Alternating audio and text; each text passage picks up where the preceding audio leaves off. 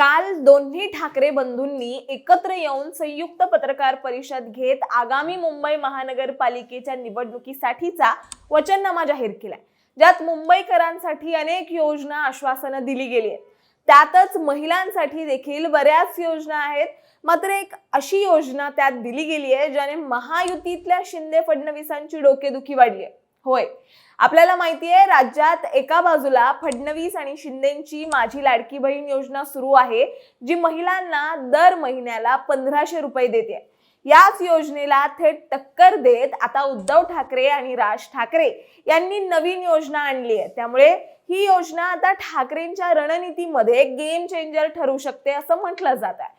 आता ती योजना नेमकी कोणती आणि त्या योजनेमुळे महायुतीच्या नेत्यांचं कसं टेन्शन वाढलंय याबद्दलच आपण सविस्तर जाणून घेणार आहोत या व्हिडिओच्या माध्यमातून। दरम्यान तुम्ही चॅनलवर नवे आला असाल तर इकडे खाली दिसत असलेल्या सबस्क्राइब बटनवर लगेच क्लिक करा।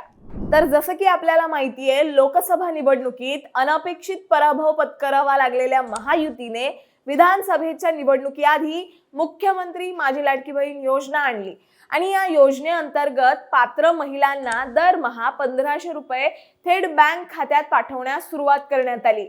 पुढे याच लाडक्या बहिणींनी महायुतीला विधानसभेत भरभरून मतं दिली आणि महायुती जिंकून आली।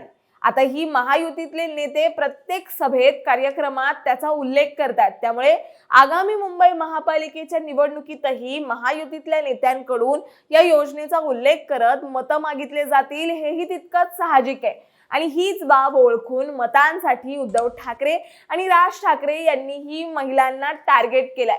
काल प्रसिद्ध करण्यात आलेल्या ठाकरेंच्या वचननाम्यामध्ये अनेक गेम चेंजर आश्वासनं देण्यात आली आहेत, जसे की मुंबईत घरकाम करणाऱ्या महिलांना दर महिन्याला 1500 रुपये स्वाभिमान निधी म्हणून देण्याचा शब्द ठाकरे बंधूंनी दिलाय।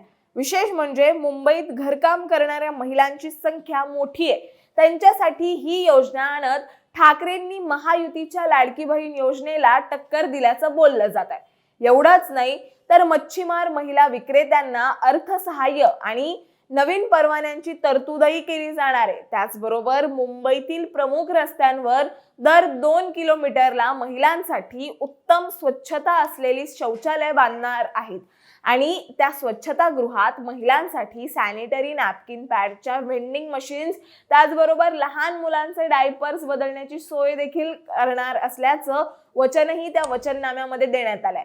फक्त घरकाम करणाऱ्या महिलांसाठीच नाही तर नोकरदार पालक तसेच कष्टकरी महिला यांच्या लहान मुलांना सांभाळणारी पाळणा घरं देखील सुरू करण्याचं आश्वासन या वचननाम्यात देण्यात आलं होतं। महिला आणि विद्यार्थ्यांसाठी विशेष बेस्ट बसमध्ये मोफत प्रवासाचं आश्वासनही ठाकरेंनी दिलंय। त्याचप्रमाणे आरोग्य, शिक्षण, परवडणारी घरं, रस्ते, पाणी, स्वयंरोजगार, कोळीवाडे, बेस्ट कामगार, डबेवाले आदींसाठी अनेक आश्वासनं या ठाकरेंच्या वचननाम्यात देण्यात आली आहेत। शेवटी एक लक्षात घ्या, या वचननाम्यामुळे मुंबई महापालिकेत 90 जागांवर उद्धव ठाकरेंच्या शिवसेनेविरुद्ध भाजपचा सामना तीव्र होणार आहे। कारण मुंबईत 879 आणि पुण्यात 350 महिला उमेदवार या महानगरपालिका निवडणुकीच्या रिंगणात उतरणार आहेत। त्यामुळे या योजनांचा उल्लेख करून महिला उमेदवार महिला मतदारांना भावनिक साथ घालू शकतात आणि म्हणूनच ठाकरेंच्या वचननाम्यातील या महिलांसाठीच्या योजना महायुतीतल्या शिंदे फडणवीसांसाठी आता डोकेदुखी ठरू शकतात।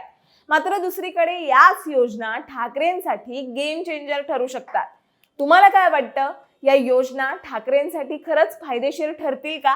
हे आम्हाला कॉमेंट्समध्ये नक्कीच सांगा आणि अशाच माहितीपूर्वक व्हिडिओ बघण्यासाठी लगेचच सबस्क्राइब करा प्राईम टाइम महाराष्ट्रला।